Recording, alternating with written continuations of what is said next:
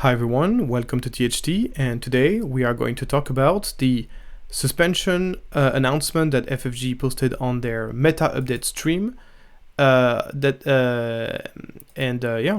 let's talk about it. So this video is sponsored by Card Market, the biggest marketplace in Europe to buy and sell cards. So first of all, we're going to talk about what did they ban and why. So as of today, Jango Fett Leader, Triple Dark Raid, and the DJ are now suspended from Premier Play. You can still play them in Draft, you can still play them in Twin Sun, and most likely you'll still be able to play them in Eternal, which is the format that will be created once the first rotation will happen. But for Premier Play, those cards are going to be unplayable in competitive play. So why did they decide to do this?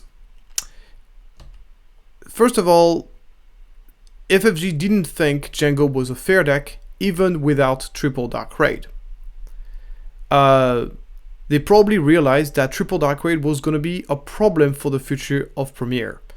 Something I've talked about is that Triple Dark Raid without Jango is not that powerful. You can see there's many decks that use it that are not necessarily overpowered. We're talking about Piet yellow, we're talking about Doku yellow, or we're talking about even the Boba 4 yellow. But forced to admit that this card was inevitably going to be an issue for the future. Obviously, FFG, they know what the future of the game holds. They know what cards are going to be printed in the next two sets, which are the two next sets where TDR will still be legal in Premiere. And they probably realized that this card was going to be a problem. Or they simply just think that Triple Dark Raid into Devastator is going to be an issue even in today's meta.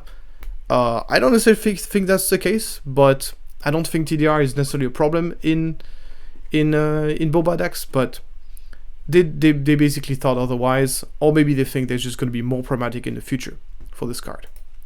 And they banned DJ because he was creating an NPE, a negative play experience. People simply don't like to have their resource stolen from them, especially when that's permanent. And kind of Han Yellow being the best deck of set 3, it kind of needed a little nerf anyway. So that's probably like the main reason that pushed them to nerf those cards. If you want to go into even more details on why those cards were banned, you can come back to my video where I predict what bans are going to be and I give reasons why those cards are going to be considered for ban, and that's going to give you a lot of insight on the reasons why those cards ended up being banned. So you can come back to that video. Obviously, my ban suggestions were a little bit different from the one of FFG. My suggestions was to not ban Jango. It was to ban Triple Dark Raid and to errata the base rule of the game and say that basically it would not be possible to defeat a resource you control but that you don't own. So that's kind of like an errata of the base rule. It's not an errata on the card, it's an errata on the rules of the game. And this was kind of the thing I would have wanted, ideally speaking. How did it go? Basically, Jango Red is gone. So to talk about the positive first. Jango Red is gone, and that's the most important. The deck was way too good. Jango is by far the best deck we've ever seen in Star Wars Unlimited. It is way stronger than any version of Boba at the end of set 2 when it was at the height of its power. Doesn't mean Boba 1 should be unbanned, but it just means that Jango needed to be banned extremely quickly. And this is what was done, so that's a good thing. Han nerf was not necessary in my opinion. I don't think Han Yellow, was worthy of a ban, but it is appreciated. So what do I mean by this? As I said, from a pure balance standpoint, I don't think Han Yellow needed necessarily to be nerfed. However, the fact that something that he created negative player experience is appreciated. Another thing that is appreciated is that maybe with just a Jango ban, we would have just come back to a set 3 meta. And that's not necessarily something you want to do. So for that other reason, it is highly appreciated that Han Yellow got a nerf. And another thing that a lot of people complain about is that cunning was simply just too good compared to the other aspect in the game. And cunning took a big hit. We're gonna see, obviously, Han Yellow is gonna see a lot less play. Django Red is basically gone. And there's also a lot of other cunning decks that were using triple dark red that are not gonna see play anymore. Whether you think it's a good thing or a bad thing, but the positive of this is that we're gonna see a lot less cunning in the meta. Whether cunning is still going to be the most powerful colors in the game remains to be seen, but at least it's going to see a lot less play. This is going a long way into trying to rebalance the different aspects of the game. Now let's talk about the stuff I disagree a little bit. I personally disagree that Django would have been a major issue without triple dark raid. I think you could have banned one or the other. I think it's a little bit overkill to ban both. I think without triple dark raid, Django is a lot worse against both control and aggro. It doesn't do any of the unfair stuff. It's a deck that is very, very easy to starve out of cards. It's a card that very easily runs out of card without triple dark raid. I don't think the deck is nearly as powerful without triple dark raid. The designer disagree with this. They think that even with triple dark raid just a little bit, even without triple dark raid, the deck is just a little bit, is still, the ability to multi-exhaust multiple units is still too good. I don't really think that's true, but this is what they decided to do. I think it's a little bit unnecessary personally. So, TDR was only gonna be legal in Premiere for the next two sets, so set 4 and set 5. If there were just no other vehicles that were gonna be a problem with TDR in the next two sets, I don't think it would have been necessary to ban TDR. Because TDR right now is actually okay outside of Django. If you pay attention to the other deck that run TDR, whether it's Boba 4, Pied Yellow, or even Doku, those decks are not really that good. So it is probably, maybe there's like another, so if you think the main argument in favor of banning TDR is because of the fact that in the future of the game, this card is extremely problematic. On this, we can only trust the designers whether they think TDR is going to be bad for the future or not, because they know what card is going to be printed and we don't. So in that sense, they know something we don't, and we have to trust them on whether TDR is going to be a problem. The fact that they've decided to ban it is probably means that there's something in the future that was simply just going to break TDR. In which case, it is 100% the right call to get rid of it now. To avoid going back to set 3 meta and to avoid negative player experience, DJ needed to be dealt with. I just think a rule errata would have been a nicer way to do it than banning a 10 euro card. So I understand that the money argument is not the priority. I completely agree with this. I think that Star Wars Limited is a game above all. It's not a financial investment. So the gameplay is always going to take priority over people's wallet. I agree with this. However, whenever it's possible, I think it's always nicer to try to avoid as much as possible to ban expensive cards. And DJ is the very first legendary card that has ever been banned from Star Wars Unlimited. It was a card that was around 10 euro, and as you can see on this page of Card Market here, now its price has dropped by a lot. Now it's only barely getting up to 3%. To 3 euros, sorry. So obviously that's a big hit in people's wallets for people who own a playset of DJ. It's not the end of the world, obviously, and gameplay is a priority, but I think whenever possible, we should avoid doing kind of stuff like this. And I think that doing an errata on the rules, where you basically state that it is no longer possible to defeat resource you control that you do not own, it's a very simple line of text they could have added to the rules, and that would have been a clean way to basically nerf DJ and prevent it from doing what people dislike about it. and this way making and without having to do errata on the rules. I understand that FFG doesn't want to do errata on the cards because they don't want their cards to say something that is not accurate. But by errata, that's the advantage of doing an errata on the rules rather than on the cards. But looks like FFG is not willing to do any sort of errata in the game whatsoever. We can agree or disagree with this. I think there are certain type of errata that are okay. So it's a little bit regrettable that they've not really tried to explore that option. Maybe they did, but then I would like to hear what is the reason why they didn't go that way.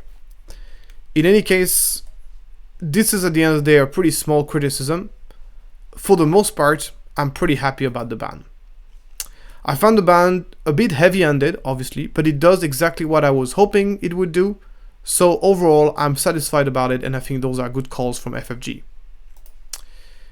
I also think it's correct to not ban Tarkintown right away. A lot of people have been complaining about Tarkintown.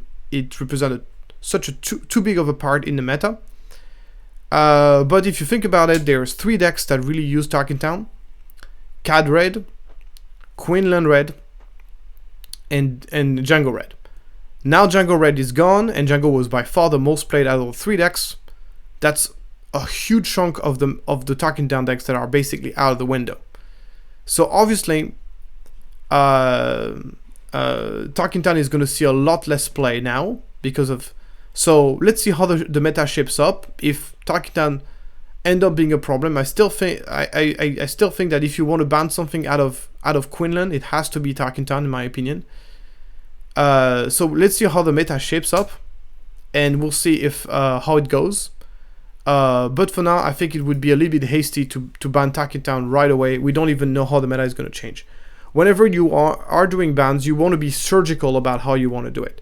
If you start banning everything at once, you are making bans that you are completely losing control over the outcome of the ban. If you have a very, very established meta and you decide to remove something very specific, you have a very good control over how the meta is going to change. If you start removing a bunch of stuff at once, this is where you completely lose control. So for me, I'm much more advocate of very surgical ban, even if they happen maybe more often, than just banning a whole bunch at once. I always laugh whenever I see people suggesting a long list of 10 cards or even 5 cards to ban, because those kind of bans don't necessarily end up doing better results because you completely lose control over the outcome of your bans. So that's not a good thing to do, in my opinion. Finally, about the timing, I think the timing of the ban is basically perfect. I think banning any earlier than this would have been a bit too hasty. I think they needed to see they needed to see exactly how powerful Django was to make the right decision. And for this, we need a certain sample size, and 3 tournaments was a good sample size. Anything later would have been banned. Obviously, Richmond's is in the 26th, I think, of April, so now they have a good 15 days to make adjustments and to choose the right list for Richmond. So I think it's very good that they've done this. It's basically literally the perfect timing to the ban. I think anything earlier and later would have been bad. So kudos to them for choosing the right time to do it. Consequences on the meta. Obviously, this is what we are interested in now. We are looking towards the future. What does competitive Star Wars Limited looks like without Django and with a nerfed version of Han Yellow? So let's talk first about the biggest winners of the ban. There are 3 decks that heavily benefit from this ban. It's Queenland Tarkintown, Bosque Blue, Control, and Sabine Green. Sabine ECL to be specific. So Queenland Tarkintown is pretty straightforward. Queenland Tarkintown was the 2nd most played deck in set 4. It's a deck that had really massive upgrades with set 4, notably with Ahsoka, but not only. It's a deck that was so it's obviously natural whenever you see the best deck of the set ban, naturally you look towards the 2nd most played and this one naturally becomes the best deck. It's obviously not always true, and there's many other factors that have to be taken into account. Metagames are a complex ecosystem, and changing one thing can result into a butterfly effect and unforeseen circumstances, but it is relatively safe to say that Queenland Tarkintown is going to be a massive player of the upcoming meta. Next is Bosque. Why is Bosque Blue benefiting a lot from this ban, even though Bosque Blue was actually one of the best deck into Django? You would think that Bosque Blue is indeed not very happy about the Django ban because it was one of the few decks. I can guarantee you that I don't think Bosque Blue would have been a good answer to Django in the long term, because I think Django would have been able to adapt to beat Bosque. I think they had the tool. I think the only reason why Bosque Blue managed to win Liverpool is because it took the meta by surprise, which is obviously where Bosque is the most dangerous. Why do I think Bosque Blue is very love this? First of all, as I said, well, the fact that, because it's very simple, triple Dark Raid and DJs are both some of the most powerful card against control. Triple Dark Raid is literally one of the most powerful card you could play against a control deck if you're playing a black-yellow aggressive deck. Finally, DJ is one of the most important card of that Han Yellow had in this matchup. It's very difficult for Bosque to play around, and stealing resources at the right time can be very strong. Not only that, it's also can come out of nowhere from the resource pile. It's very difficult to play around. It's really powerful. Without DJ, the Han Yellow matchup versus Bosque Blue is completely different. One of the reasons why Bosque Blue did not see a lot of play during the PQ season of set 3 is because Han Yellow was everywhere. I think that Han Yellow is going to be so much worth against control. Still has some tools and still can play Body Rook and stuff like that, and Spark of Rebellion, and now we have Jam Communication as well. But it's not the same thing as DJ. It doesn't have the same sort of impact. So I think Bosque Blue really those two nerfs are really super beneficial for Bosque Blue in general.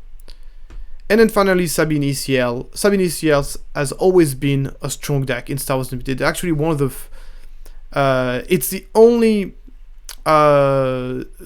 deck from the original set 1 that still sees a heavy amount of play even today. It's a deck that has always been one of the best aggro decks, and it was completely hard counter for Django. For the first time since the history of Star Wars Limited, Sabine Green was not meta. That is crazy to say, but yeah, Sabine Green was not meta for a bit more than a month because of Django. Now Django is gone, Sabine is back in the game. So it's obviously a deck that really benefited a lot from this nerf. Those three decks are very powerful, but they also are very counterable. Sabine Green, even though has always been meta, has never been the best deck in the meta because it was always very counterable. Same goes for Bosque Blue. And for Queenland Red, it's a little bit more difficult to know because Queenland Tarkintown never really had a big target on its face. It's never been the best deck, so people have never really stacked specifically to beat Queenland. Now that Queenland is going to be more on the forefront of the meta, I expect a lot more people to tech against it, and then we'll see how well the deck does once people start to play against it. That's going to be a very completely different story. Next, so Han Yellow took a big hit, but is still a very playable deck. So yeah, there's certain matchup in which DJ was not really a factor anyway. It's kind of sucks that the deck has lost a very good 3-5, but I still think Han Yellow is very playable. Han 1 Red is probably the version of Han that got the least affected by the ban. Han Red has access to Cassian, so they have more redundancy as far as 3-5 is concerned. And obviously the fact that you cannot play DJ for 7 from the smuggle made it that the only way you could realistically play DJ was if you were combining it with Tech. So yeah, Han Red is by far the deck that got the least affected by this ban. Hand Green also was not affected, but Hand Green is really doesn't like losing a 3-5, so that's a bit of a, but yeah, Hand Red is the least affected basically. But Hand Ones are still gonna be, Hand One is still gonna be one of the best leader in the game. You can be sure of that. Aggro deck are now playable again. So we talked about Sabine earlier, but there's also other aggro decks that could not even have a chance to be meta because they were just so heavily out-countered. I think Kazuda is going to be back on the menu, whether it's going to be the Kazuda Red or the Kazuda Yellow. Kazuda is definitely going to be back on the menu as far as a deck that I think has a good chance to be very playable in the upcoming meta. And definitely people are going to be trying to play. I expect the meta to be very open, which is great. This is exactly what the bans are for. And that's it, guys. That's it. That's all. Those are all my analysis about the ban. Overall, I'm very happy about it. And once again, FFG has proven that they are capable of reacting swiftly to the meta and are able to make timely changes to make sure it has the least amount of impact. And as I said earlier, I made a video where I explained how difficult it is to balance a card game. They obviously make mistakes like every devs because it's, as I said, so incredibly difficult to balance.